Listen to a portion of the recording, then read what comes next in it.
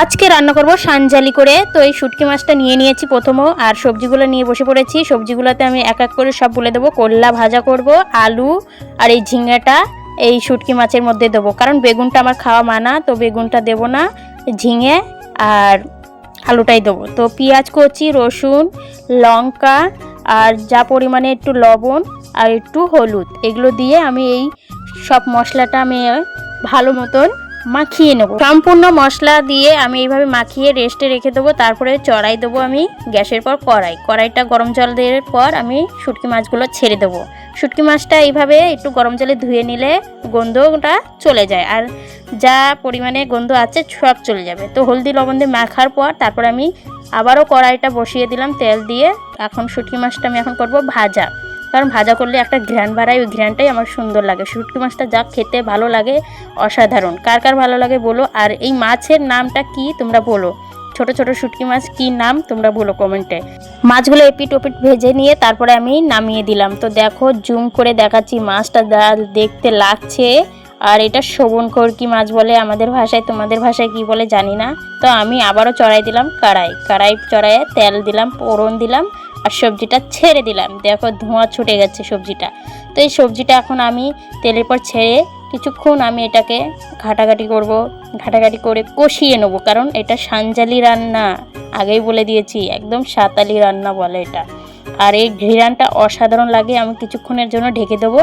তো ডিম ভাজা আর করলা ভাজা আর ডাল ভেজে রাখছি, ডাল রান্না করবো। এভাবেই সবজিটা আমি কষিয়ে নেবো ভালো মতন। দেখো তেল তেল ভাবটা চলে আসছে, আর সবজিটা আগেই নরম ছিল, তো বেশি টাইম লাগবে না। তো দেখো তারপরে এইভাবে আমি কষিয়ে নিলাম, তেল তেল ভাবটা এসে গেছিলো। তারপরে কিছুক্ষণ নাড়াচাড়া করে আমি দিয়ে দেবো এর মধ্যে মাছগুলো আছে, সেই মাছগুলো এখন এরপর ছেড়ে দেবো। ছেড়ে দেওয়ার পর এই মাছটা দিয়েও একটু কষিয়ে নেবো, কারণ যতটা কষাবো ততটা বেস্ট লাগবে, আর চুমু চুমু খাওয়াটা লাগবে।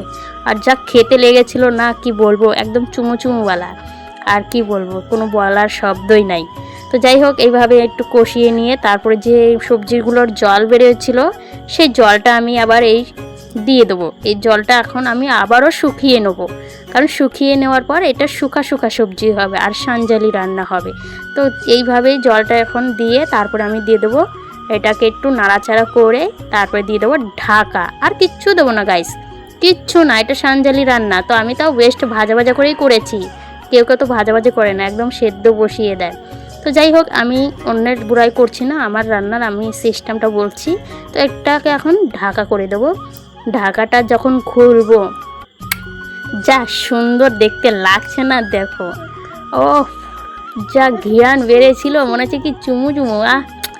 তো এইভাবে কিছুক্ষণ আবারও ঘাটাঘাটি করব। একটু জলটা আছে, এই জলটা না মরা পর্যন্ত আমি এটাকে এখনও নামাবো না, কারণ এইভাবে ঘাটাঘাটি করব। তো একটু তেল লাগাতে গেলাম, কাকে বলবো, একটু তেল লাগায় আসলাম, হাজব্যান্ডকে বললাম একটু ক্যামেরাটা ধরো, আমি দূর থেকে একটু ভিডিও করতে চাচ্ছি, তুমি একটু ধরো, একটু হেল্প করো, আর একটু জুম করে করে করো। আমার হাজব্যান্ড বলছে কিসের এত জুম, এইভাবেই থাক, আর বেশি করতে হবে না, সবার নজর লেগে যাবে আর আমাদের পেট খারাপ হবে। এইভাবেই মজা করছিল। তো দেখো আমার রান্নাটা কমপ্লিট হয়েই গেছে জাস্ট মার, আর দেখতে যা মারাত্মক লাগছিল, একদম কি বলবো, এত সুন্দরও যে খাওয়ার হয় তোমাদেরকে বলে বোঝানো যাবে না। তো দেখো তেল তেল ভাবটা চলে আসছে, আর যখনই তেল তেল ভাব আসবে তখনই হয়ে গেছে আমার রেসিপিটা। আজকে এতটুকুই ছিল, সবাই ভালো থেকো, বাই বাই।